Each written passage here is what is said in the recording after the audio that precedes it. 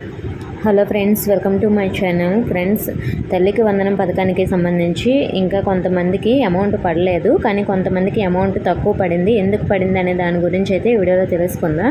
అలాగే ఇంకా కొంతమందికి అమౌంట్ ఎలిజిబుల్లో ఉన్నా కూడా పడలేదని అంటున్నారు. సో వెయిట్ చేయండి. మనకి నిన్న కొంతమందికి, మొన్న కొంతమందికి అమౌంట్ అకౌంట్లో క్రెడిట్ అయ్యింది. సో మరి మీకు కూడా క్రెడిట్ అవ్వచ్చు. అలాగే ఇంకా ఎవరైనా ఒక అమ్మాయికి పడి ఇంకా ఇంట్లో ఇంకొక అమ్మాయికి పడకపోతే అటువంటి వారు రేపటితో లాస్ట్ డేట్ కాబట్టి గ్రీవెన్స్ అనేది పెట్టుకోండి.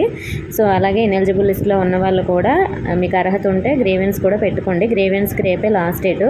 సో మరి ఇంటర్మీడియట్ ఫస్ట్ ఇయర్ ఎవరైతే జాయిన్ అయ్యారో వాళ్ళకి, ఫస్ట్ క్లాస్ జాయిన్ అయ్యారో ఎవరికో వాళ్ళకి ఇలా అర్జీలు పెట్టుకున్న అందరికి కూడా మనకి జూలై 5న రిలీజ్ చేస్తారు.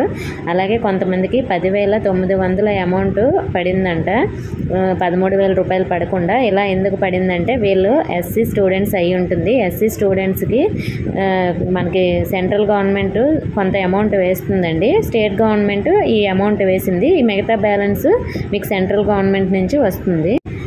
కాబట్టి ఆ బ్యాలెన్స్ అమౌంట్ కూడా మీకు మీ అకౌంట్లో డైరెక్ట్గా క్రెడిట్ అవుతుంది. కంగారు పడకండి. సో మీకు అందుకే స్టేట్ గవర్నమెంట్ తగ్గించి వేశారు కాబట్టి మిగతా అమౌంట్ వస్తుంది.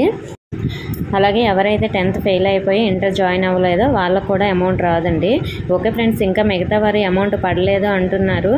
సో మరి అన్నీ ఎలిజిబుల్లో ఉంటే వెయిట్ చేయడమే.